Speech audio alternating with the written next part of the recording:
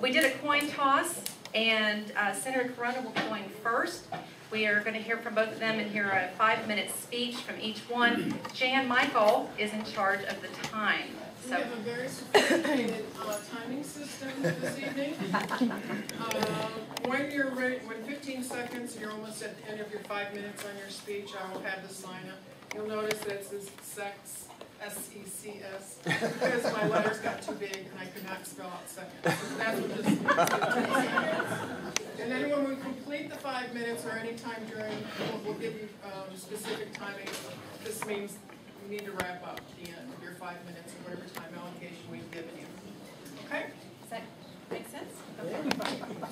All right. So Senator Carona, would you open us up, please? Pam, I would be delighted to.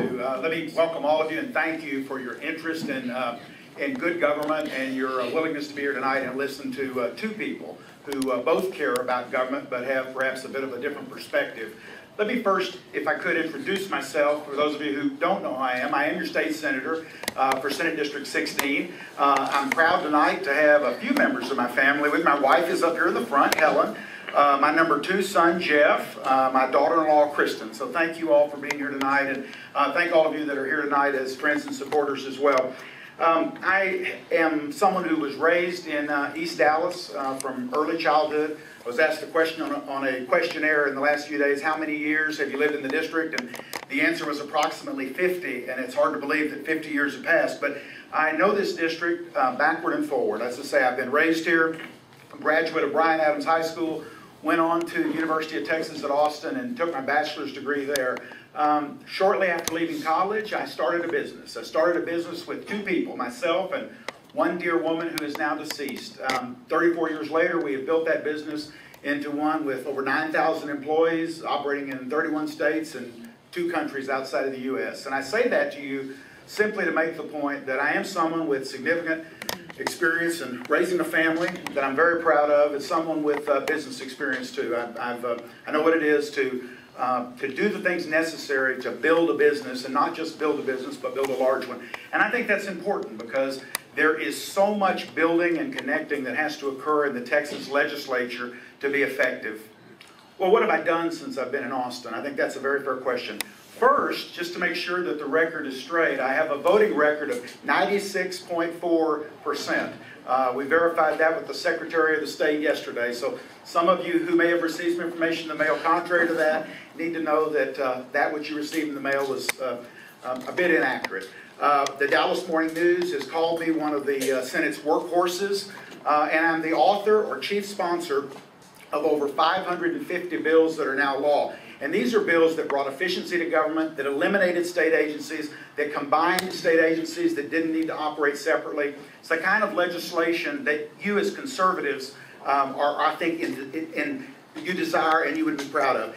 And I emphasize that point particularly because I am a proud conservative. I ran as a conservative many, many years back, and I am every bit as much conservative today as I was then. People don't change. And it's an interesting thing because we live at a time, politically speaking, where that word gets bannered about and gets defined and redefined depending upon who the special interest group is of the day or what their motivation or purpose might be. But let me assure you, as a family man, as someone who is active in his church and proud to be a Christian, as someone who has built a business from the ground up, I'm about as conservative, I think, as you would hope to find.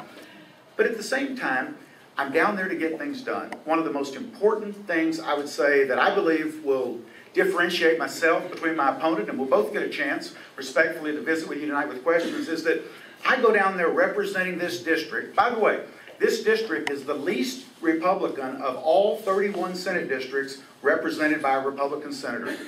But I go down there and I represent the district for what it is, and I cast my votes accordingly. And you won't find a major vote on a Republican issue that I voted in a position different than my party. Now, to be candid with you, I don't spend a lot of time on these various scorecards and report cards that one interest group or another sends out. And the reasons are simply that most of those groups have their own special purpose or their own agenda.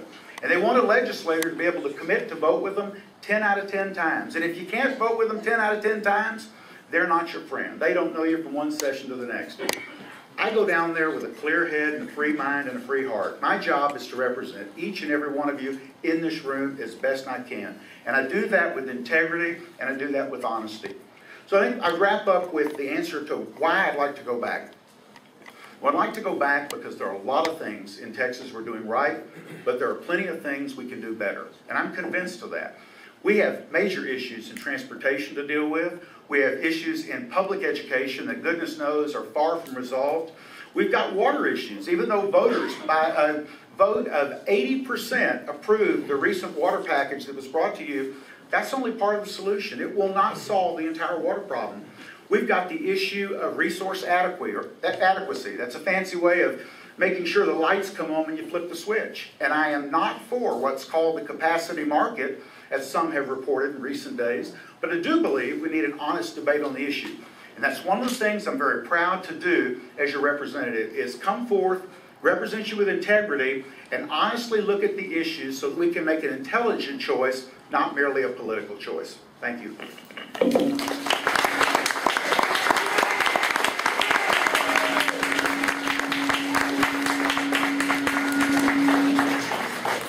Okay, now let's hear from Mr. Huffines.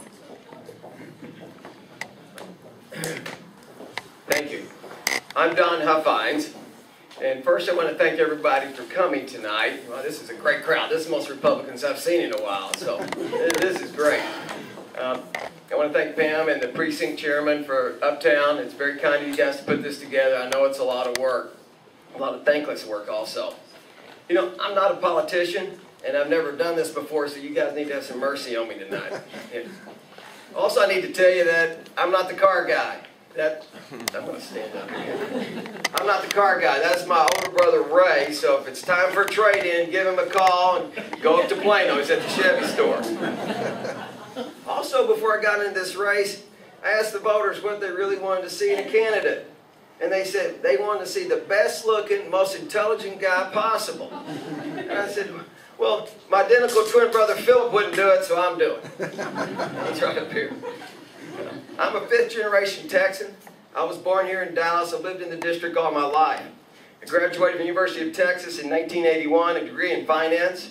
Been married 26 years to a beautiful, perfect wife, Mary Catherine. She's here tonight. I have 5 children also, just like John does. I have 4 boys and a girl. And I'd like to brag on the boys just a minute. All 4 boys are Eagle Scouts. Speaking of scouting, I spend a lot of time with Scouts myself. I'm Troop Scoutmaster for Troop 125 at Northwest Bible and on Douglas Avenue. I'm a lifelong Republican. I got my start with the Reagan campaign, volunteering on his 76 campaign. That one didn't go too good. But I've worked a lot of Republican campaigns since then, helping a lot of Republican candidates. Church and my faith are a big part of my life. I'm a member for 25 years. I attend Christ the King Catholic Church on Preston Road. Raised my children in a very conservative Catholic environment. We homeschooled them for most of their schooling career. I own Huffines Communities. I started that company in 1985. I own that with my brother Philip. And it's a commercial real estate company. We primarily focus on land development and apartment construction. It's now one of the largest master plan community developers in the Metroplex. Very proud of that company. And I'm running in this race because I feel a real high degree of frustration and anxiety. I really do feel like we're going down the wrong road. We're at a crossroads for our party. We really are. We can continue down the road of more government, more regulations, more taxes, more spending, and we're going to end up like California. And honestly, that's the path I feel that my opponent's been on. He's a career politician. He's been in Austin 23 years. He's ranked as the most liberal Republican in Austin. And I'm a conservative. I believe in limited government. I believe in freedom. I believe in the power of the individual. And I believe in no taxes. I believe it's your money. You ought to keep that. You know, you're going to have a choice in this election you've never had before between a conservative and a liberal. And things I want to get done in Austin, the first thing I want to get done in Austin is term limits. I've signed a term limit pledge. I've agreed not to run more than 3 terms. That's the most I'm going to run.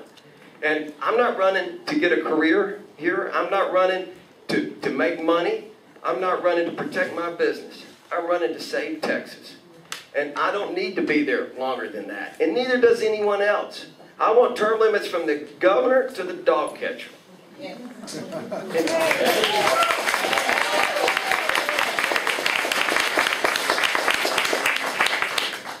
Taxes, the best way to choke off big government is to choke off their money. It's your money, you earned it. It belongs in your pocket. You know how to spend it. Governments don't create jobs, people create jobs. Businesses create jobs. And I want to get rid of the business tax, the marches tax, the franchise tax, whatever you want to call it. It was a disaster. My opponent supported it. I would have never voted for that. And it brings in about $4.2 billion a year. We can phase that thing out. Texas brings in a lot of money. We can phase it out and get rid of it, and we can replace it with nothing. Transportation. There's no reason Texas doesn't have the best transportation system in the country. We can do that. We need to pour more concrete and free concrete. I am there's just a lot of difference between me and my opponent. And I'm for less government, I'm for freedom, and I appreciate everyone being here. 2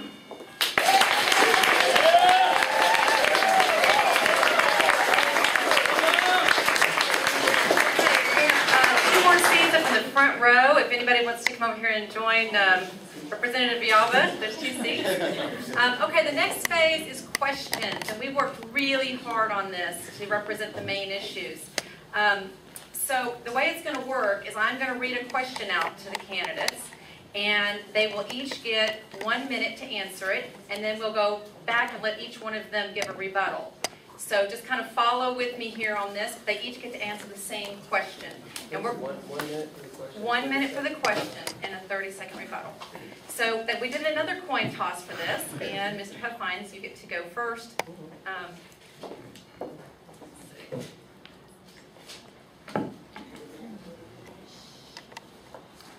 Okay. Yes. Oh, sorry. I'll time you for 1 minute and give you also a 15-second warning with the same digital sign I have here. So. Okay. This is in regards to spending and tax. Can everybody hear me okay? Okay, I'll talk a little louder. Is that better? Okay. While Texas currently has no income tax, it does have one of the higher real estate tax regimes in the nation. Within this framework, its fiscal policies have encouraged an accelerated population growth. This has put additional pressure on transportation, water management, and medical costs borne by the state. So here's the question, and there are 2 parts to it.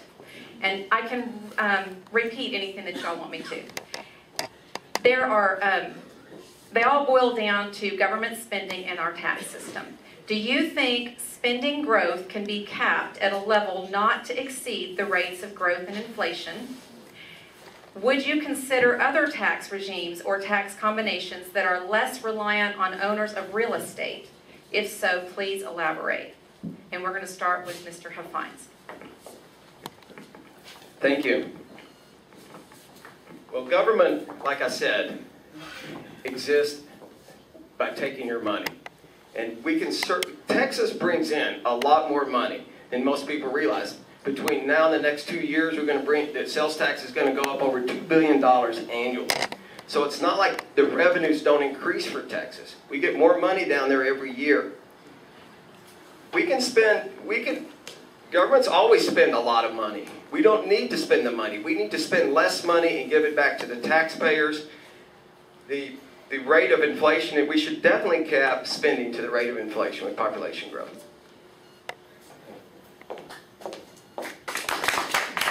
Senator Carona, you have 1 minute.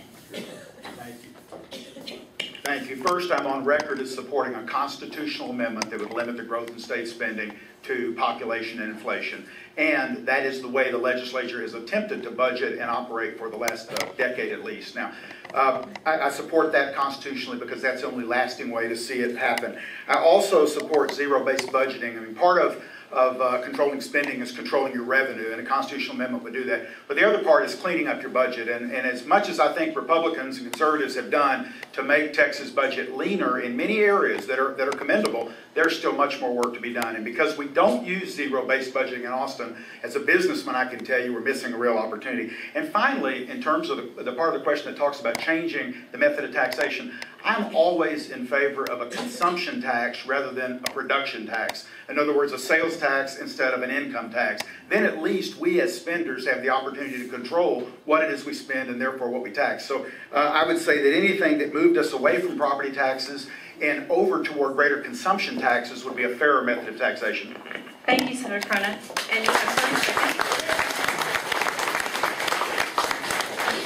Well, it seems to me that the government, the legislature down there, John, spends a lot of money. You guys, the budget's gone up 24% since the last biennium. We spend a tremendous amount of sums of money that's not necessary.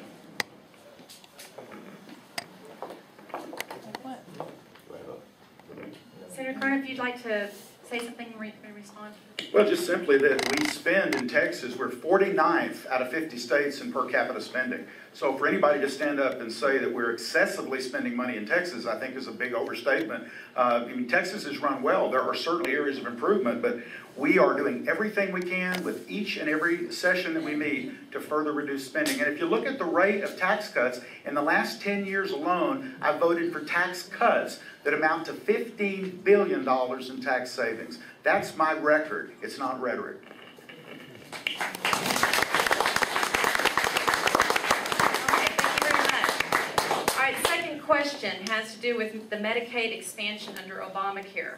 And we're going to, Senator Carona, we're going to start with you on this question.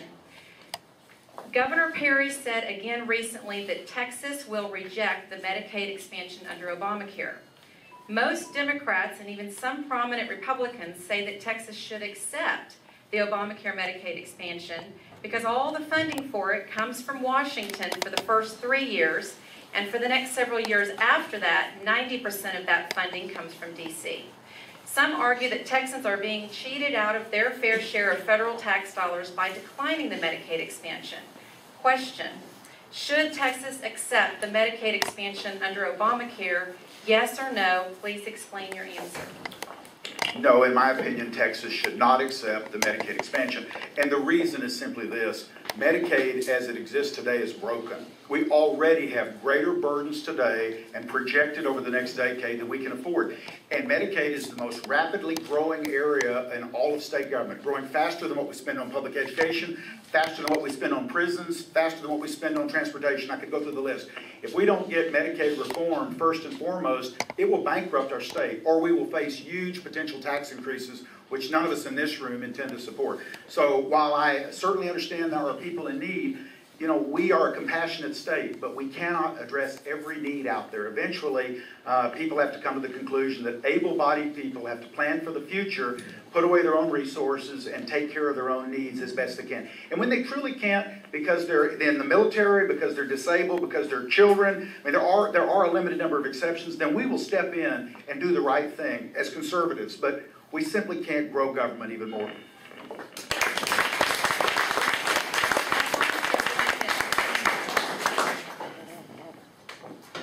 Obamacare is a disaster for the federal government. It's a disaster for Texas. We should not accept short-term gains with long-term liabilities attached to them. And we can't shortchange the taxpayers and the citizens of Texas. We need to decouple ourselves from the federalization of our state. It's a critical issue that we're facing. It's one issue I want to go down there and solve. I mean, the federal government's trying to dictate everything to us. They're blackmailing us with our money. And we've got to stop it. We need strong leadership in Austin to stop the federalization of this state. Texans are independent. Texans are united in being self-sufficient. And we do not need the federal government coming down and dictating us to this effect. And I'm against it, and we should stop it. Thank you. Senator Carona, do you have anything to respond? I don't. No? Mr. Huffines, we're through then? Okay. The next question deals with transportation. And we're going to start with This is question number 3. We'll start with Mr. Huffines. I need help keeping track of all this stuff here. Okay, 53% of the gas tax revenue goes toward transportation uses. In addition, the 83rd legislative session added no funding during the regular session and instead passed a resolution for a proposition to be placed on the November general election ballot so that the people will vote for or against diverting $1.2 billion from the rainy day fund to allow funding of more road construction and maintenance. So my question to you gentlemen is, do you think that this is an invasion of the rainy day fund, if you think that it's proper for this purpose, and how do you think that roads should be paid for and maintained? Thank you. Whether it's not a rainy day fund if we use it every session for something that we didn't allocate the funds for. I mean, we've got leaders down there that are not taking care of the business. You know, we don't have, right now we've got a transparency in our budgeting process that's not clear. Most people think, like you just mentioned, that a lot of the gasoline sales tax goes to transportation. It does not. My opponent wants to raise the gasoline sales tax and he wants to make it permanent because he's going to index it to inflation. First, we need to make sure that the money that we're currently bringing in for transportation goes to transportation, like the motor vehicle sales tax. It's 6%. That doesn't go to transportation. That goes to general revenue fund. A lot of the money that you think goes to transportation goes to the general revenue fund, and it doesn't go to highway construction. All we've had over the last 20 years is more traffic and hundreds of miles of toll roads, and we need to stop that. We can fix our transportation system by siloing out, lockboxing out the revenue that we currently get in the state for transportation and not pull the wool over the voters' eyes.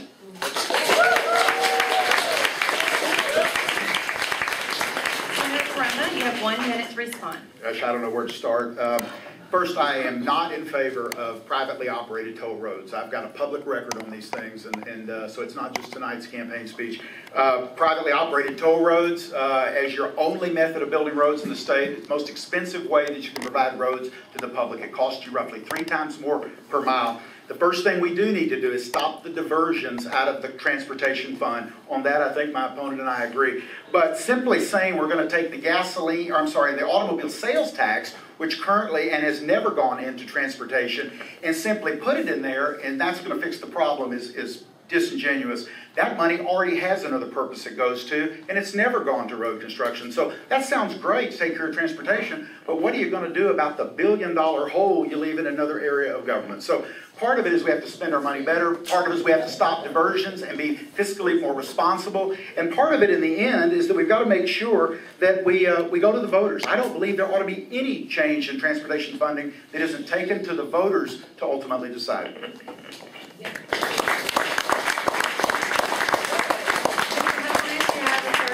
Rebuttal if you'd like to use it. You're good?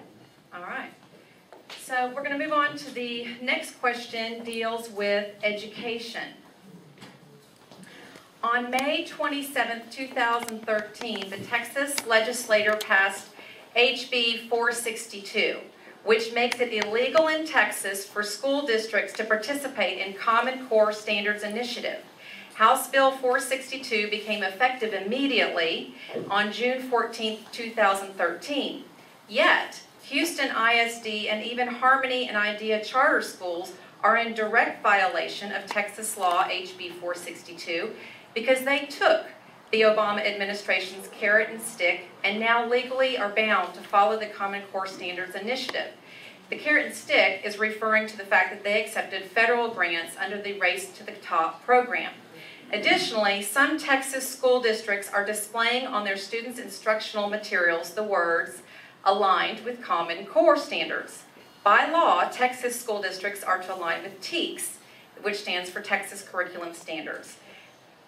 These have actually been passed by the elected members of the Texas State Board of Education and not with the Obama administration's Common Core standards.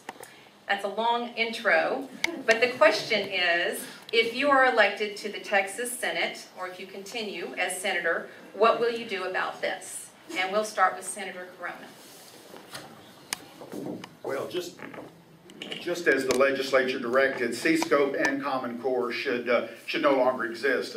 I don't support it. I don't believe that most people in our community, those that are familiar with the issue, support it. I think both represent bad public policy. I think that the action at this point, given what Harmony Schools and the Houston Independent School District are doing, probably needs to be taken into court, and that's an issue I'm sure that our state's Attorney General is reviewing at this time. I think that it is very important that we do everything we can in terms of education policy to keep local control. Every time at the state level, the state attempts to pass further regulations or further mandates on local districts, it creates further disinterest at the local level, and frankly, it's a very inefficient way because with every state mandate, rarely comes any kind of state funding. It's usually forced on people locally. And so I intend to work hard this next session. If the legislature needs to, and no action is taken during the interim, I'm confident the legislature will go back in and attempt to re-legislate on this issue in a manner that cannot be circumvented. Mr. Huffines? Thank you. I do not support C-scope. You know, Texans deserve, our children deserve the very best education they can get. They deserve the best education in the country, and they can get that. We can deliver that. We can deliver that using competition. Competition is what made America great. It lowers the price and increases the quality of everything it touches. We need to open up the school system to empower the parents, to empower the families to participate. When they do, we know that the schools are going to get better, and they're going to participate more when they have a choice. And choice in education could take a lot of the shapes and forms. It could be more charter schools, more school vouchers, be supporting the parents with homeschooling. There's no reason we can't have the best education system in Texas, and we will have it with the proper leadership and new leadership in Austin. Thank you.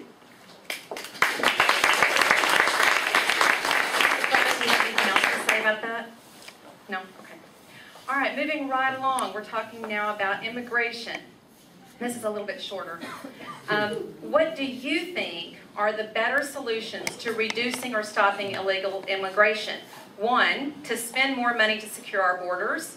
2, increase penalties and create tougher consequences for those not abiding by the rule of law. Or 3, do you have another solution? And we're going to start with Mr. Huffines.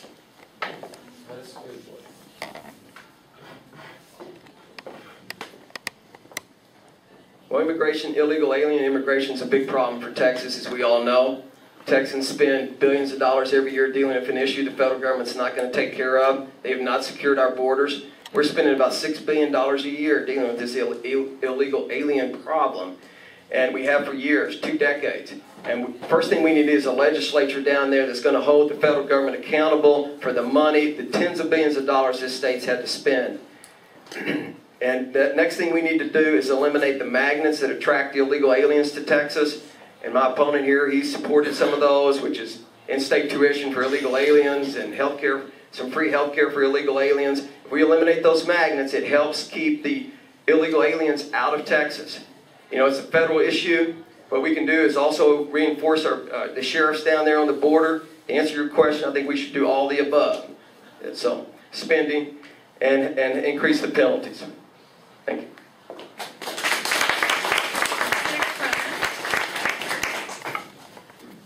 There are several things that can be done and several things that have been done. One of the things the legislature has failed to do at this point is stop sanctuary cities. Sanctuary cities are a huge issue where certain cities choose to ignore immigration enforcement when they knowingly are picking up people that are, in fact, illegal immigrants.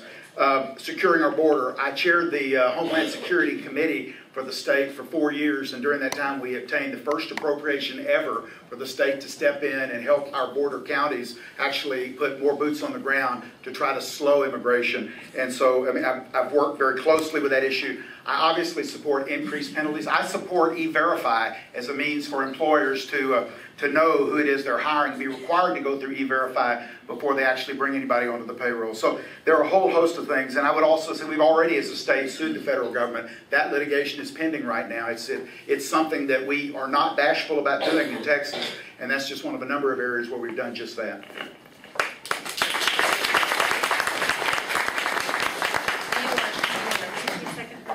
30-second rebuttal, or are you good? Okay. All right, well, we're closing up, guys. Last one, news that came out already recently. Senator Carona mentioned it earlier about the Public Utility Commission, and I thought it was a good question to ask. So a little bit of a lead-in, but I need to make sure the crowd's up to date with what's going on.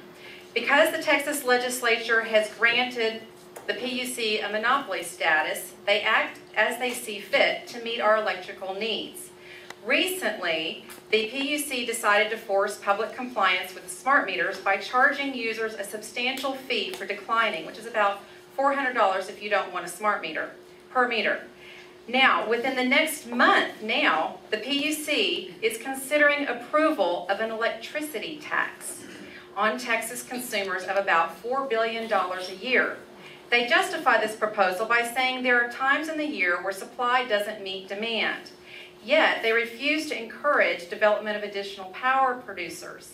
Interestingly enough, during the last year's hearings in Austin, which I was down there testifying, of whether or not people should deserve a choice of whether or not to have a smart meter, it was testified that the actual number of peak hours where supply does not meet demand is only 100 hours per year total, which is about 4 days a year. Question, do you think the PUC is acting in the best interest of the people or for their own special interests? And what would you do to represent the people of Texas on this issue? And we'll start with Senator Carona. First, let me say, Pam, that I actually carried the smart meter bill to protect consumers in this last session. The issue was whether or not consumers should be forced to take a smart meter if they did not want one, and whether or not they would be forced to have to pay for the cost of removal. I filed the bill because I did not believe it was right that consumers be forced to, or that consumers have to pay the cost to remove it, since they didn't ask for it in the first place. Unfortunately, we weren't able to get that bill passed, but we did move it out of committee and almost onto the floor of the Senate. And I'm committed to carry that bill again and give people the right to decide whether or not a smart meter is for them. I am not in favor of what's called the capacity market. And the capacity market would, in fact, tax consumers so that there is a greater degree of electricity available at all times. And Pam, you're right, that the days where we have peak power issues are only about 100 hours a year, and it's certainly no justification for a $4 billion tax, and I'm opposed to that. There's been some information circulated by the other side, if you will, that has stated that I'm in favor. I have stated every place I can publicly, and again here tonight, I do not support a tax of that nature.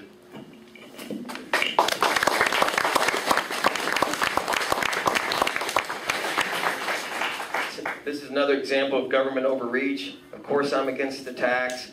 And I'm against all taxes.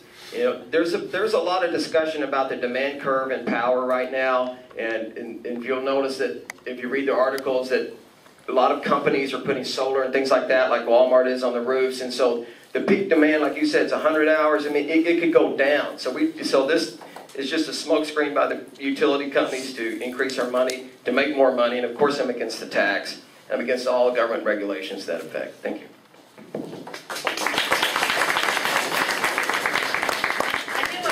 I do want to thank you for carrying that, for authoring that bill for me. I do appreciate it. Is there a rebuttal? Sorry? Was there a rebuttal? Yes, there is a rebuttal. Would you like a rebuttal? I would. Okay. Don, I was going to leave this alone, but you have said twice now you are against all taxes.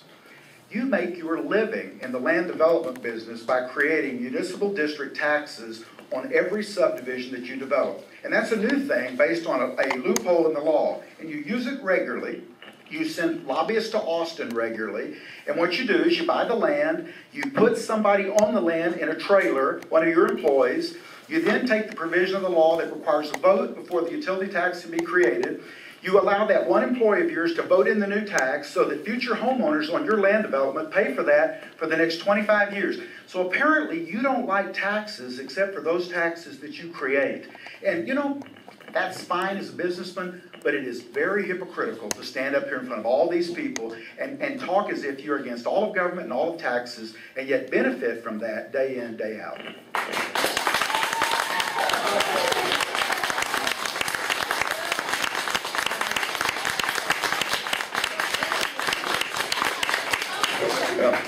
John, You personally, you're the legislature. Legislature creates districts. I create cities before there are cities. My communities are extremely successful.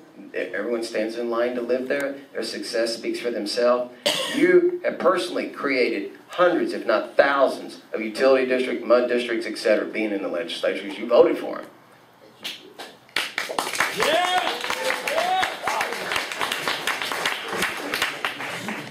Okay, well that concludes our questions, but we're going to let you guys each round it up with a 3-minute speech.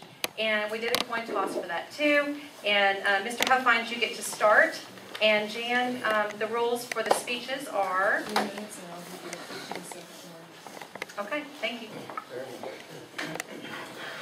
Well, again, I'd like to thank everyone for coming. This has been very special, and I appreciate it. It's obviously new to me. First, I'd like to mention that there is no Democrat in this race. This race is over on March the 4th. Early voting is obviously going to start here in a few weeks. And my opponents talked about turning this, and keeps continually mentioning that this is the lowest Orvis rating district. But there is no Democrat in this race. There was no Democrat in the last general election either. My opponent's never had an opponent in the primary. This is in a Republican primary. It's the first time he's been challenged. It's the first time we're vetting the information about him. And the information I have on your attendance, John, is accurate. I brought that with me if you'd like to see it. And, you know, it's very accurate. Your committee attendance was 30%. 30% of the committees you did not chair. You were in 5 committees. There was 4 committees you didn't chair, and you had 30% attendance in those. And if you had and so those are just the facts. You know, the facts speak for themselves. Do we need more out-of-control spending? Do we need more taxes down there in Austin? Or do we want more freedom? Do we want less government? And that's what I'm going to bring to you. Do we want a legislator representing the Republican Party in Senate District 16 that submits legislation to name Interstate 20 Barack Obama Freeway? I mean, we don't need that as Republicans. That's not what we're about. And that's what we've got. A career politician. He's made his living down there. He's been down there 23 years. You know, Texas is very special. Very, very special. We are the lighthouse for economic and personal liberty for the entire United States. And we have to be that way. We have to stay that way. We are going the direction of California. Let me tell you, make no bones about it. Because every time we compromise our core values down there, all we're getting is more government and bigger government. And we need to be the lighthouse for freedom. And we can be that way. It's not only for the United States, it's for the world. Texas would be its 8th largest GDP if it's its own country. And we can be the example for everyone in the whole world.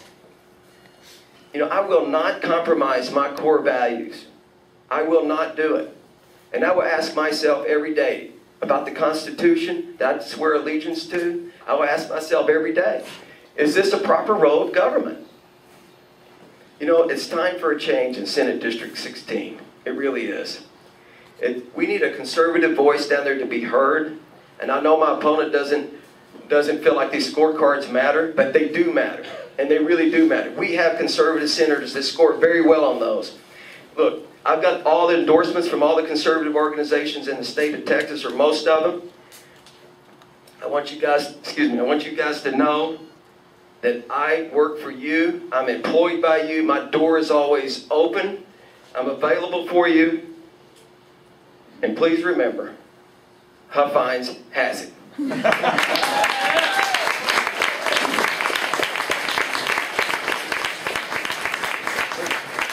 Listen, I've got a pretty good Italian sense of humor, but I'm going to leave that one alone. Let me say it.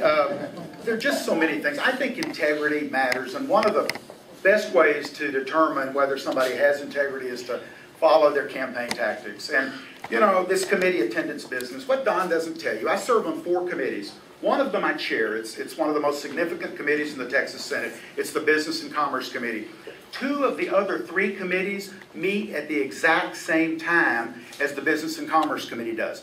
So he's purposely tabulated that to make it look bad without telling you the whole story, which he obviously knows. That's the kind of thing that makes people cynical.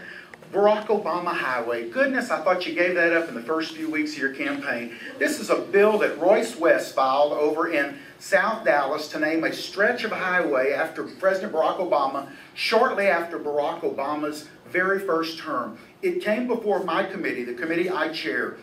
We heard it as a courtesy to Senator West. I quietly polled the committee and there was no support whatsoever. I told Senator West that, and we didn't even vote on the issue. So to carry on and make those kind of points, I think is a little bit, well, dishonest and disingenuous.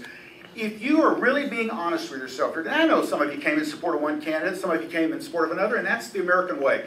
But if you're really being honest with yourself tonight, you would leave here knowing Mr. Huffines has not pointed out a single major Republican issue that he or I would disagree on. Not a single one, and it's because on every major Republican issue that matters, I vote with my Republican colleagues. What I don't do, and what I will not be, is one of these scorecard Republicans that listens to these half dozen groups that have endorsed Don. By the way, have over 1,500 endorsements in virtually every association and group in Austin. But of these 6 few organizations, they all have scorecards. And what they do is they send a cheat sheet out, and they tell you how to vote on 2 or 3 major issues, which are important, and a dozen other issues that are important to their organization, but frankly, the rest of the Senate couldn't care less about. Some of my colleagues take those sheets to the floor, and they don't think about the legislation. They just vote whatever that group tells them to vote. And it's important to those groups because if they don't have relevance or control over the legislature, then they can't raise money. It's all about money and power. And those of you that know me know I have a fierce independent streak, but you should also know that I will always stand up and do what is right for this district. I will do the right thing with integrity. I won't send you bogus campaign information. You will not receive from me negative campaign attacks. People are receiving them daily from this gentleman. That's not me. And frankly, it's not you either. And so I would, as humbly as I know how, I would ask you for your support. And I'd ask you because I earned it. I went to Austin. I became one of the hardest and most respected members in the Texas legislature. I have a bill passage record of conservative legislation that every single one of you, if you were being honest with yourselves, would be proud of. And so it's been a pleasure to represent you. It's been a privilege to represent you. And I'd like to go down and represent you one more term in Austin. And I ask you to please vote for me on March 4th. Thank you. Yeah.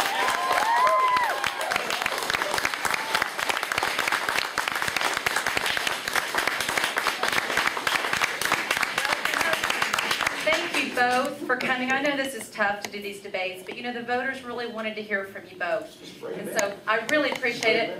We do. No rebuttals on this part. Sorry.